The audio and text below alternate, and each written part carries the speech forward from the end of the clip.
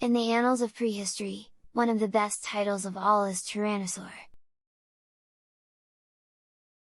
The moniker perfectly describes the immense, toothy carnivores that ruled the northern hemisphere during the late Cretaceous, the largest predators ever to stalk the land. And, as you might expect from true tyrants, they didn't get along very well with each other. A skeleton described by paleontologists David Hone and Tanke illustrates in painful detail how these dinosaurs suffered at each other's jaws.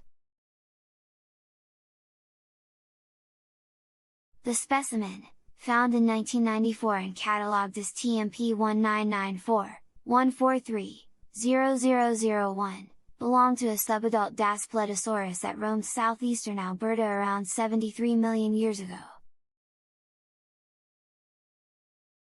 It's not the prettiest skeleton ever found. The dinosaur's bones drifted from each other after death, and some were lost to erosion before Philip Currie discovered it. But it is in the completeness of this tyrannosaur that makes it remarkable. It's the peculiar damage that can be seen on the tyrant's bones. The dinosaur's skull tells the tale. Patches of healed and damaged bones show where the young tyrannosaur was bitten on different occasions. Hone and Tanke write, from the tip of the snout, along the jaws and cheek, to the back of the skull. The Daspletosaurus survived these wounds long enough to heal, but clearly this dinosaur got into plenty of scraps. This seems typical of tyrannosaurs and other large predatory dinosaurs. Several fossils have previously been described with healed bite wounds to the face. When you've got small arms, literally fighting face to face is the best option. But who was the Daspletosaurus tussling with? Daspletosaurus wasn't the only tyrannosaur found in the 73-million-year-old rock of Alberta.